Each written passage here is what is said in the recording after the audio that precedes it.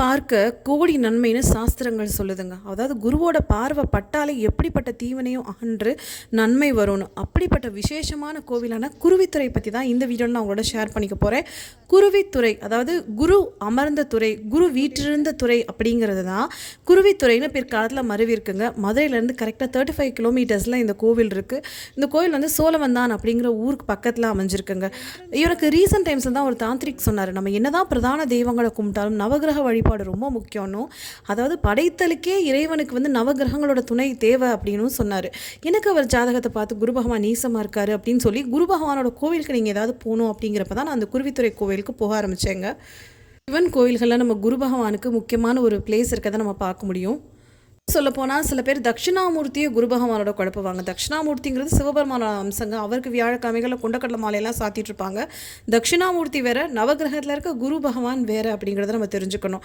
அதே மாதிரி இந்த கோவில் வந்து வைணவ கோவிலுங்க, ரொம்ப முக்கியமான வைணவ திவ்ய தேசங்களில் ஒன்று வைணவ கோவில்.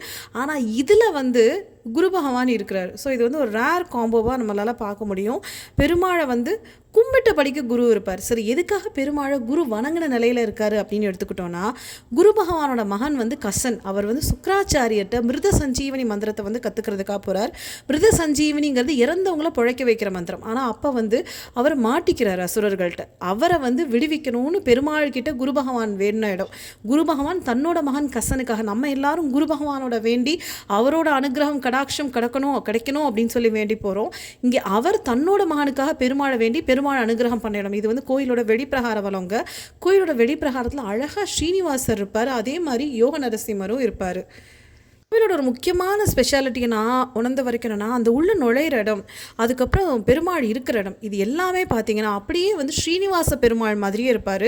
இங்கே வந்து வெங்கடேச பெருமாளுக்குரிய அதே மந்திரங்கள் சொல்லி தான் இங்கே பூஜையும் பண்ணுவாங்க. நிறைய விஷயங்கள் வந்து ஸ்ரீனிவாச பெருமாள் ஒத்துருக்கணும். இது நான் சமீபமாக திருப்பதிக்கு போகணுன்னு ரொம்ப ஆசைப்பட்டேன். ஆனால் திருப்பதிக்கு போக முடியாதப்பெல்லாம் இவரை பார்க்குறப்ப எனக்கு பெருமாளை பார்க்குற மாதிரியே இருக்கும். தாயாரோட பேர் செண்பகவல்லி தாயார்.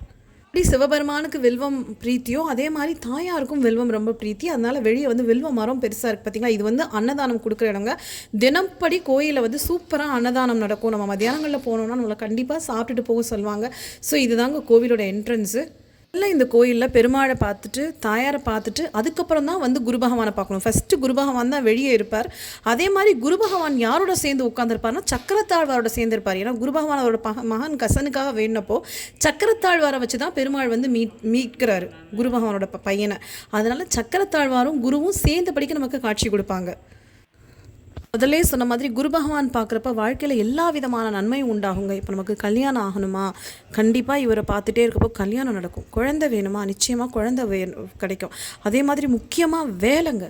நமக்கு வந்து குரு பகவான் பார்க்குறப்போ நம்ம வேலை இல்லாத ஒரு நிலையில் இருந்தால் கூட நமக்கு வேலை வந்து கிடைக்கும்.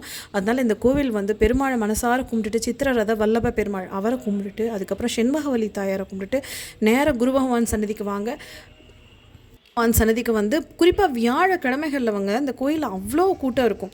அதுவும் வர்றது எல்லாமே பார்த்திங்கன்னா விவிஐபிஸாக தான் வருவாங்க. ஒரு ரொட்டீன் டீம் வந்து வருவாங்க. பெரிய ஜட்ஜஸ், கலெக்டர்ஸ், எம்எல்ஏஸ், எம்பிஸ்ன்னு நிறைய அரசியல்வாதிங்க வருவாங்க. ஏன்னா அவங்க நிச்சயமாக ஏதோ ஒரு வகையில் உணர்ந்திருப்பாங்க அப்படின்னு சொல்லிட்டு நினைக்கிறேன். ஸோ நீங்கள் எந்த மாதிரி ஒரு சூழ்நிலையில் இருந்தாலும் இந்த குரு கோவிலுக்கு நீங்கள் ரொட்டீனாக வியாழக்கிழமைகளில் வர்றப்போ எனக்கு வந்து ஜோசியர் பர்சனலாக சொன்ன பரிகாரம் வியாழக்கிழமைகளில் அவரை பார்த்து விளக்கேற்றணும் அப்படிங்கிறது. ஸோ இதை வந்து யார் வேணால் ஃபாலோ பண்ணலாம். இது வந்து எனி பர்சன் கேன் ஃபாலோ. ஏன்னா நான் முதல்லே சொன்ன மாதிரி குரு பகவான் பார்க்கவே நமக்கு எப்பேற்பட்ட தீவினையும் அகழுங்க. நமக்கு வந்து நல்ல விஷயங்கள் வந்து நமக்கு ஆட்டோமேட்டிக்காக நடக்க ஆரம்பிக்கும். ஆண்டி இந்த கோவில் வந்து பார்க்குறப்பையோ we will have a very peaceful darshan. ரொம்ப பீஸ்ஃபுல்லாக இருக்கும். ரொட்டீன் டேஸில் 6 o'clock கோவிலை மூடிடுவாங்கங்க. ஸோ அந்த டைம் செக் பண்ணிட்டு வாங்க. இங்கே பாருங்களேன், அந்த போகிற பாதையை அந்த வைகை ஆற்று பாசன பகுதிங்க அப்படியே பசுமையாக அழகாக, அதுவே வந்து அவ்வளோ மைண்டை ரிலாக்ஸ் பண்ணும். எனக்கு போகிறப்போ குரு பகவானை வந்து இந்த தங்க கவசம் சாத்தினபடிக்கு இருப்பார். ஸோ அவரை பார்க்குறது ஒரு சந்தோஷம். அதே மாதிரி இந்த பசுமையான பாதை இருக்குது பார்த்தீங்களா, அப்படியே பச்சை பசேல்னு மரங்கள் சூழ அந்த பாதை வர்றதுமே அவ்வளோ ஹாப்பியாக இருக்குங்க. ஸோ அவசியமாக எல்லாரும் தரிசிக்க வேண்டிய கோவில் இது.